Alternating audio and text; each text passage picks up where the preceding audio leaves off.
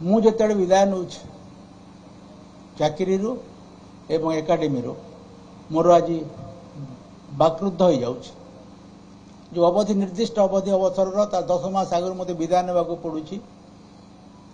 स्वेच्छाकृत अवसर ग्रहण करुछि एवं सबकि जमी हठात हो गला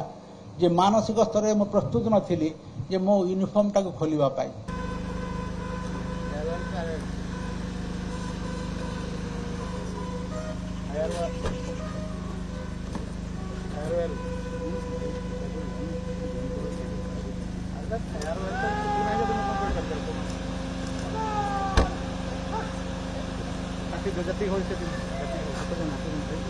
अच्छा मोर आगे गोटे स्क्रीन टा अछि तो आगु पड़े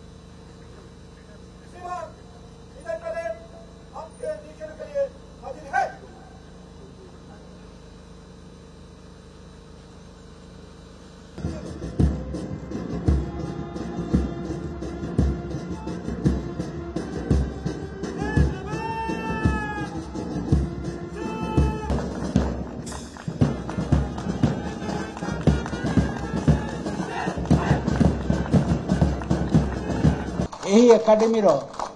ग्राउंड रे 12टी पासिंग आउट परेड मु अंशग्रहण करी मो निर्देशक थिला बेले 15टी बैच रो विभिन्न रैंक रो ऑफिसर पास आउट करिसंती एवं जेते बेले तांकर निष्क्रमण हुए से हिंदी गीत चलते चलते ट्यून रे जेते बेले से माने ए डायस रो दी पट देकी से माने निष्क्रमण करंती सेते बेले टी भाव विहल लगे आखिरे टी लुह आसी जाए एवं आज मु जेतेबेले विदाय नउछि चाकिरीरू एवं एकाडेमीरू मोर आज बाकरुद्ध हो जाउछि। सर्वप्रथम रे मु स्वागत करिबी आमर नवनियुक्त निर्देशक एवं एडिशनल डीजी ट्रेनिंग श्रीयुत पंडा को जड़े दक्ष एवं प्रतिष्ठावान ऑफिसर 24 वर्ष तले मुझे एसपी राउरकेला हिसाब से दायित्व हस्तांतर करी आज आउ थे दायित्व हस्तांतर करुछि एवं चाकरी विदाय नौ श्रीयुत पंडांकर बलिष्ठ नेतृत्व में जड़े दूरदर्शी ऑफिसर जोठिकी जाइछन्ति सेठी परिवर्तन आनिछन्ति एवं तांकर बलिष्ठ नेतृत्व रे ए एकाडेमी आगामी दिन में सफलतार उत्तुंग शीर्ष को छुईब यह मोर आशा एवं विश्वास। आमर आईजी ट्रेनिंग मो सहकर्मी साइनी मैडम तांकर दीर्घ 5 वर्ष धरी से मो पाखरे आईजी ट्रेनिंग थिले एवं जड़े स्टाफ ऑफिसर हिसाब से अद्वितीय सेकेंड टू नन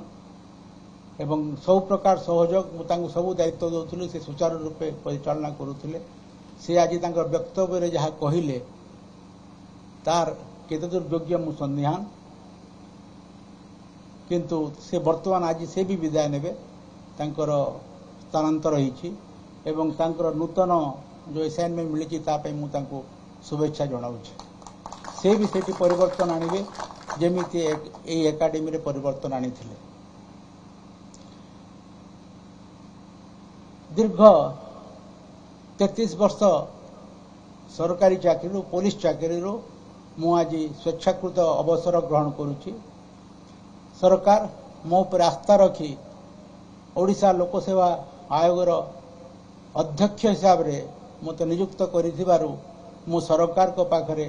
राज्य सरकार को पाखरे मोर आंतरिक कृतज्ञता ज्ञापन करुछि एवं जो आशा एवं विश्वास अछि से आशा और विश्वास को मु पूरण करबा पई सब बेले चेष्टा करिबी। सरकारी चाकरी रे पब्लिक सर्विस रे गोटे स्वच्छ चयन प्रक्रिया एवं गोटे गुणात्मक मूल्यबोध भित्तिक प्रशिक्षण ही मानव संसाधन उन्नति पाई एवं जनसेवार उन्नति पाई आवश्यक एवं एठी मु दीर्घ 6 वर्ष ऊर्ध्व ही प्रशिक्षण देउथिली एबे चयन प्रक्रिया दायित्व मो पर न्यस्त रहिला एवं ताहाको मध्य मु चेष्टा करिबी सुचारू रूपे परिपालन करिबा पाई एही जो हठात जो अवधि निर्दिष्ट अवधि अवसर 10 मास आगु मते विदाय नेबाको पडुची स्वेच्छाकृत अवसर ग्रहण करुची एवं सबकि जमी हठात हो गला जे मानसिक स्तर में प्रस्तुत नथिली जे मो यूनिफॉर्म टाको खोलिबा पाई आमे समस्ते आमर यूनिफॉर्म को भल पाऊ एवं यूनिफॉर्म रे आमर गोटे आंतरिकता अच्छी एक डीप अटैचमेंट अच्छी पुलिस चाकरी एटा आमर परिचिति आमर आइडेंटिटी एवं या भीतर आमे निमग्न हो जाऊ एवं जेते बेले पुलिस पोशाकटा जेते भाबुची जे काली ठुआ पुलिस पोशाक पिंधि पारिबिनी मते कष्ट लागुची ए चाकरी दीर्घ 33 वर्षर यात्रा अच्छी अनेक सफलता अच्छी अनेक विफलता अच्छी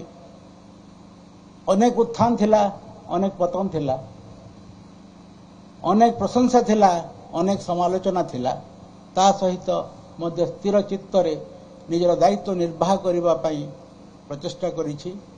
सुखेषु अनद्मना दुखेषु विगत स्पृह एवं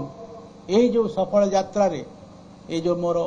चाकरीर 33 वर्ष यात्रा रे मोर अनेक सहकर्मी अछंती जहांकर त्याग एवं परिश्रम ही आमको सफलता देइछि से सबु सहकर्मी ओडिशा पुलिस तांको पाखरे मो कृतज्ञ तांको व्यतिरेके यह संभव हो पाए न